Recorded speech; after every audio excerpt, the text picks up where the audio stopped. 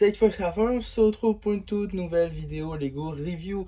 Aujourd'hui du set Lego IDs 21358, recommandé pour 18 ans et plus, contenant 1343 pièces, sorti au prix public de 169,99 € le 1er juin 2025. Un set donc dans la lignée Lego IDs, c'est donc le 66e projet proposé par un fan que Lego a sorti officiellement. En tout cas, on va tout de suite commencer par les mini-figurines. Ici, vous avez la figurine du fan designer de ce set qui a donc été représenté en figurine Lego. C'est un détail plutôt cool, hein. Généralement dans les sets Lego IDs, on a effectivement des références au fan designer. Mais là, on a directement la figurine du fan designer, donc c'est quand même plutôt cool. En tout cas, la chaîne ne dispose de pas beaucoup d'éléments exclusifs, c'est-à-dire rien, hein. Les cheveux ont déjà été vus par le passé, de même pour la tête et le torse largement utilisé dans la gamme Lego City, et des jambes en gris clair, là encore sans topographie, rien d'exclusif. L'arrière de la figurine, là encore assez classique, tout de même une seconde expression faciale. En termes d'accessoires, il possède un mini distributeur ainsi qu'une pièce. C'est un détail plutôt sympa, même si c'est en brick build. Puis après le fan designer, on a la designer tout simplement du set Lego officiel. Et je trouve ça vraiment cool qu'ils aient mis aussi le designer officiel dans le set, puisque c'est, à mon sens, l'une des meilleures figurines de ce set, avec bon, une tête et des cheveux assez classiques déjà vus par le passé, des jambes sans topographie, donc rien de nouveau à ce niveau-là. Par contre, le torse, il est magnifique, hein. Le pull Lego IDs, j'adore l'idée, c'est super bien pensé. Il y a même écrit Lego IDs à l'arrière du torse. Non, franchement, c'est juste magnifique. Sinon, on a aussi une seconde expression faciale. En termes d'accessoires, une mini maison et une mini voiture. Et évidemment, mes figurines préférées, les Spaceman, ici la version turquoise, fournie en 2 exemplaires, avec un casque, des bonbonnes de gaz et un torse exclusif. La tête, on la connaît évidemment, et les jambes sans topographie. Il n'y a rien de nouveau à ce niveau-là. Évidemment, pas de seconde expression faciale ou d'imprimé à l'arrière du torse, mais pour tous les fans de monochrome, cette figurine peut être une très bonne base. En termes d'accessoires, une clé à molette ou alors une tasse avec un donut. Après le Spaceman turquoise, le Spaceman doré, lui aussi fourni en 2 exemplaires dans ce set, avec donc un torse, des bonbonnes de gaz et un casque exclusif. La tête, évidemment, on la connaît, et les jambes sans topographie, rien de nouveau à ce niveau-là. Comme son comparse, aucune topographie à l'arrière du torse ni à l'arrière de la tête, mais là encore, ça peut être une très bonne base pour commencer une collection de monochrome. En termes d'accessoires, un talkie-walkie ou alors un pistolet. Juste ici, vous avez la fille déguisée en éléphant, figurine qui fait référence directement, hein, c'est écrit sur le torse, à Fabuland, ce thème donc des années 90 dans lesquels les figurines étaient des figurines d'animaux, hein. Finalement, c'était un précurseur de Chima, mais pour le coup, ça fait très longtemps qu'on n'a pas eu des références à ce thème-là, et avoir directement des figurines Fabuland, bah, je trouve ça plutôt intéressant. En tout cas, ici, on est plutôt sur des déguisements avec donc un déguisement d'éléphant avec un sweat Fabuland que je trouve plutôt cool. Alors, pour le coup, à part le torse Fabuland directement, bah, il n'y a pas grand-chose, hein. Le costume d'éléphant, il me semble qu'on l'a déjà vu par le passé, peut-être dans le BAM. En tout cas, le moule est déjà apparu quelque part, ça c'est sûr. En gris, peut-être pas, remarque. Les jambes en gris clair sans topographie, c'est pas nouveau. Et de même pour la tête. À l'arrière du torse, on retrouve une petite capuche et pas de seconde topographie. Par contre, on notera que cette tête dispose d'un appareil auditif et ça c'est plutôt cool. En termes d'accessoires, une simple tasse jaune. Donc juste ici, vous avez le garçon déguisé en ours et vous l'aurez compris, hein, chacune des thématiques qui sont représentées dans ce set ont une forme de parité. Effectivement, on a à chaque fois un garçon et une fille qui sont représentés. Je trouve ça plutôt cool. Alors oui, les Spaceman donc n'ont pas réellement de genre attitré, donc c'est pour ça qu'on peut en mettre 2 identiques.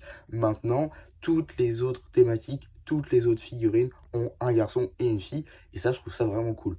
En tout cas, pour revenir à cette mini figurine, le petit masque d'ours c'est une nouveauté, la tête ne l'est pas par contre, le torse c'est le même que tout à l'heure mais ça reste une exclusivité à ce set, et pour les jambes aucune topographie, donc rien de nouveau. Même topographie à l'arrière du torse et toujours pas de seconde expression faciale. Notez toutefois que sous la première il y a des petites trace de sueur tout simplement pour signifier qu'il fait chaud sous ce costume. En termes d'accessoires, une clé à molette. Juste ici, vous avez la chevalière d'une nouvelle faction, la faction Kraken, hein, c'est l'une des nouvelles maisons que propose ce set, avec donc juste ici des espèces de guerriers slash vikings aux couleurs d'une pieuvre, avec des couleurs pour le coup vraiment cool, hein, le turquoise, le marron, le earth green qui je trouve se mélange assez bien, avec donc le casque de viking ici en marron qui est une nouveauté, une tête de fille en dessous qu'on regardera un petit peu après, le foulard en earth green qui n'est pas nouveau, on l'a déjà vu notamment sur un film de Ronin dans le thème Ninjago,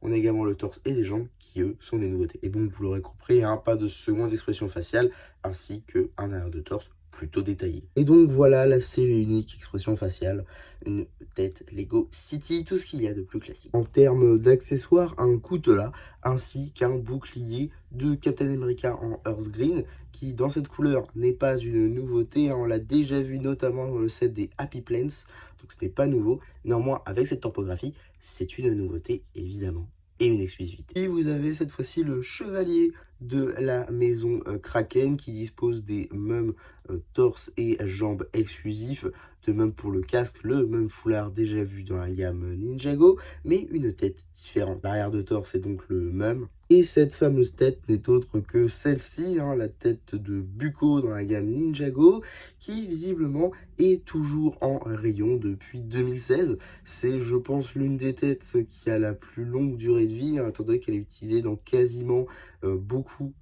quasiment beaucoup, très français, beaucoup de figurines de pirates dans d'autres thèmes, hein, je pense notamment à Créateur par exemple, donc voilà, peut-être pour ça qu'elle est toujours en rayon, en tout cas, elle est là dans cette figurine, un détail plutôt sympa. Évidemment, pas de seconde expression faciale. En termes d'accessoires, un fouet à la Indiana Jones, ainsi qu'un bouclier qu'on a retrouvé déjà sur la précédente mini-figurine. Juste ici, vous avez le chevalier de la maison des Griffons, bien évidemment exclusif à ce set, hein, de par plusieurs éléments, et bien c'est-à-dire tout sauf la tête déjà apparue dans certains sets City, mais également Castle. Donc voilà, tout le reste sinon c'est de la nouveauté, avec donc ce casque dont le moule n'est pas nouveau, mais dans cette couleur-là c'est une nouveauté, et le torse et les jambes c'est évidemment de nouvelles topographies. Voici l'arrière de torse, et pas de seconde expression faciale. La tête est donc celle-ci, une tête plutôt rare, on va pas se mentir, hein, une tête qui n'est pas dans beaucoup de références. Je n'ai vu seulement que dans un magazine Lego City et deux autres sets assez onéreux. Donc voilà, une tête un peu compliquée à avoir, je trouve. En termes d'accessoires, un glaive ainsi qu'un bouclier qui est en fait un tout nouveau moule légèrement bombé, très légèrement bombé, avec un imprimé de Griffon par-dessus. Juste ici, vous avez donc la chevalière de la maison des Griffons, une figurine qui va reprendre les mêmes pièces quasiment sauf la tête que la précédente figurine, avec donc les mêmes jambes, les mêmes torses, ainsi que le même casque, qui sont donc des pièces toujours exclusives à ce set. Et pour ce qui va être de la tête, eh bien, elle sera différente évidemment. Voici donc cette tête juste ici, avec une seconde expression faciale d'ailleurs. Tête assez classique qu'on retrouve dans quelques sets Lego City. Et de retour, les mêmes accessoires avec le même bouclier ainsi que le même glaive. Juste ici, vous avez la capitaine du bateau pirate, une chaîne évidemment exclusive à ce set, de par en réalité qu'une seule pièce, le torse qui est donc exclusif à ce set. Sinon les jambes dépourvues de topographie, il n'y a rien de nouveau à ce niveau-là, hein. Les épaulettes ont déjà été vues par le passé, la tête est largement utilisée sur 47 mini-figurines depuis maintenant quelques années, et la coupe est une pièce également assez intéressante, hein. Initialement apparue dans le thème Lego Friends, hein, c'est le moule des cheveux de Autumn, mais ici en version blonde, apparue sur une mini poupée, mais également sur la chaîne de Luna Lovegood dans le thème Harry Potter. Donc voilà, elle est présente que sur 3 mini-chaînes, dont celle-ci. Donc effectivement, un peu rare quand même. On a évidemment une seconde expression faciale, ainsi qu'un arrière de torse sobrement détaillé. En termes d'accessoires, une carte au trésor, ainsi qu'un pistolet à silex. Les pirates sont décidément assez mal aimés dans ce set, je trouve, hein. Seulement une pièce exclusive pour cette figurine, qui est le torse, bien évidemment, hein. Sinon, les jambes totalement dépourvues de topographie, il n'y a pas grand-chose à dire. La tête également largement utilisée dans le thème Lego City. Et pareil pour le bandana, là encore largement utilisé depuis quelques années. Pas de seconde expression faciale et là encore, un torse sobrement détaillé. En termes d'accessoires, un coutelas ainsi qu'un perroquet en dual molded, mais c'est plus des taches de couleurs qui ont été mises dans le moule qu'autre chose. Voilà, ça rend pas très bien, je trouve. Puis enfin, dernier thème de ce set, le thème paradisien, hein. C'est comme le port-salut, c'est écrit sur le débardeur, juste ici avec des petits palmiers en fond. Et pour cause, hein, c'est un thème type plage, mer, etc. Donc c'est plutôt dans le thème en réalité, hein, avec de toutes nouvelles jambes, un tout nouveau torse évidemment. On a également donc non pas une nouvelle tête, malheureusement, ainsi que des cheveux, là encore largement utilisés. Si je retire les cheveux, on peut donc apercevoir la seconde expression faciale, ainsi qu'un arrière de torse avec marqué 92, évidemment en référence à l'année de sortie du thème. En termes d'accessoires, un appareil photo. Donc dernière figurine Paradisia, mais également dernière figurine du set, avec donc Justice une Paradisia version homme, où la seule chose qui change, c'est la tête ainsi que la coiffe, ici remplacée par une casquette bleue. La tête, là encore, rien de bien exclusif, largement utilisé dans les thèmes Lego City. Et le torse et les jambes, ce sont les mêmes que sur la précédente mini-figurine. Pareil pour l'arrière de torse, et évidemment, pas de seconde expression faciale. En termes d'accessoires, une glace ainsi qu'une coupe. Avant de continuer cette review, j'aimerais signifier la présence de ce petit démon de brique, même si en vrai, on s'en fiche pas mal. Et donc, on va pouvoir passer au set en lui-même, qui représente donc ces fameux distributeurs qu'on connaît tous, notamment pour les petites surprises, hein, à la fin des supermarchés, ou encore des bonbons, hein. Donc, par exemple, on retrouve des petits bonbons généralement là-dedans. On tourne ce petit mécanisme et on a nos bonbons juste ici. Alors c'est un petit peu le même principe, hein, je vais tout de suite vous le montrer d'ailleurs. Alors juste ici on a ces petites pièces là qui sont encore brick build avec une tile topographiée juste ici 10, ainsi que cette petite tile inversée qui est une pièce assez récente, donc plutôt cool à retrouver ici, hein. J'aime beaucoup, qui du coup se complète assez bien avec cette pièce là pour faire une pièce complète. Et donc si je la mets juste ici, hein, voilà, je la rentre. Alors il y en avait déjà une qui était dedans visiblement, donc c'est pas grave. Donc on va pouvoir tourner ce mécanisme et aux joies, au bonheur, la boule est sortie. Alors effectivement, je n'ai pas remis de figurine à l'intérieur, mais globalement, une figurine défaite peut très bien tenir à l'intérieur. Donc voilà comment ça se présente, deux petites pièces comme ceci, donc c'est le même moule mais en deux couleurs différentes, ici jaune ainsi que transparente. Il existe également une variante bleue, comme vous pouvez le constater juste ici, et elles sont reliées entre elles par des pinoches techniques de couleur noire.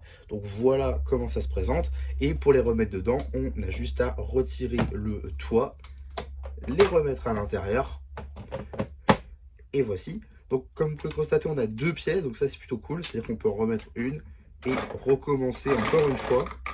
Voilà, donc ça c'est plutôt sympa, hein. Encore on va le remettre du coup à l'intérieur. Voilà. Ensuite, comme vous pouvez le constater, tout le tour a été tilé, à l'exception de quelques endroits où il y a des plates.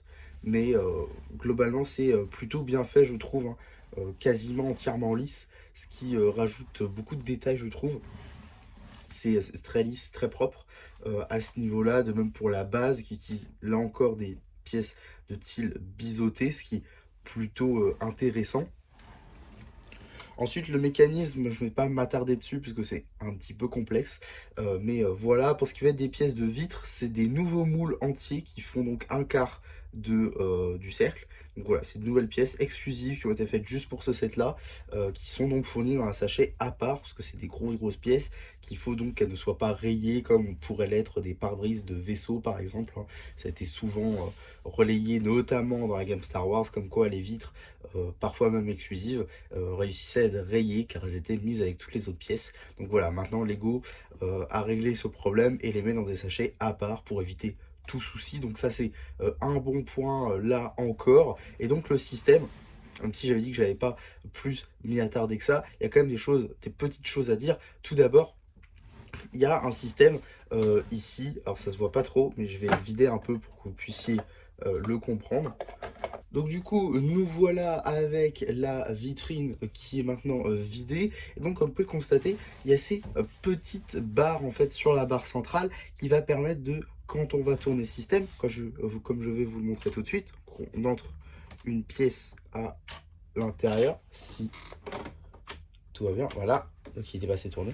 Et donc, si on fait ça, vous pouvez voir que les barres tournent du coup pour faire bouger les pieds, les boules tout simplement à l'intérieur.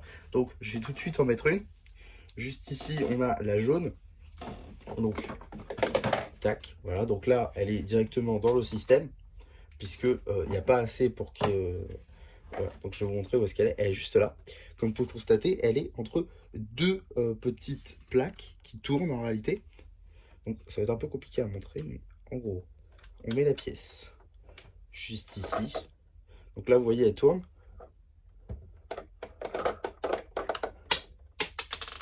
Du coup, la pièce est tombée, mais c'est pas grave. Et du coup, la boule arrive juste ici. Donc ça, c'est plutôt cool. Donc en gros, si vous n'avez pas compris, il y a un petit système là-dedans avec... on peut la voir un petit peu au fond. On peut le voir un petit peu au fond. C'est une espèce de petite rampe par laquelle les boules peuvent passer, quoi, tout simplement. Et donc si je refais ça, voilà, elle va arriver par la rampe. Elle va arriver par la rampe qui se situe donc dans tout ce carré juste ici. Et au niveau du rack en lui-même, eh bien, il y a une plaque tournante qui permet de récupérer une seule balle à la fois. Donc ça, c'est plutôt cool, je trouve, comme système. Un système assez ingénieux hein, que les designers ont pensé. Pour le coup, globalement, c'est un set plutôt intéressant à ce niveau-là. Hein. C'est-à-dire que c'est plutôt ingénieux en termes de système et même en termes d'exposition, c'est plutôt sympa. Vous l'avez vu, c'est très lisse. Vous l'avez vu, c'est très poussé. Donc oui, globalement, c'est un super set à mon sens. Un set qui mérite d'exister globalement, qui nous a proposé de superbes mini figurines. Hein. Je pense notamment au Spaceman évidemment, mais également aux figurines plutôt basées sur le thème Castle, aussi qui sont des fans je pense attendus et voulus. Globalement vous l'aurez compris, c'est un super set. Le seul point noir je pense de ce set, c'est évidemment le prix. 160 €, c'est clairement une somme qu'il faut sortir pour un set qui n'est pas basé sur des licences, hein, ce que généralement je préfère personnellement en tout cas acheter, puisque voilà c'est des franchises que j'apprécie.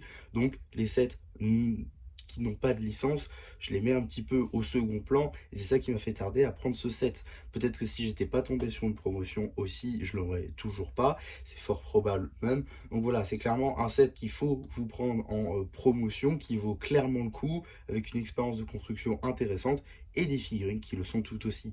Donc voilà pour ma review, j'espère en tout cas qu'elle vous aura plu. Surtout n'hésitez pas à me donner votre avis sur ce set en commentaire. N'hésitez pas non plus à liker la vidéo, à vous abonner, à partager. Et moi c'était MC qui vous dit bye bye.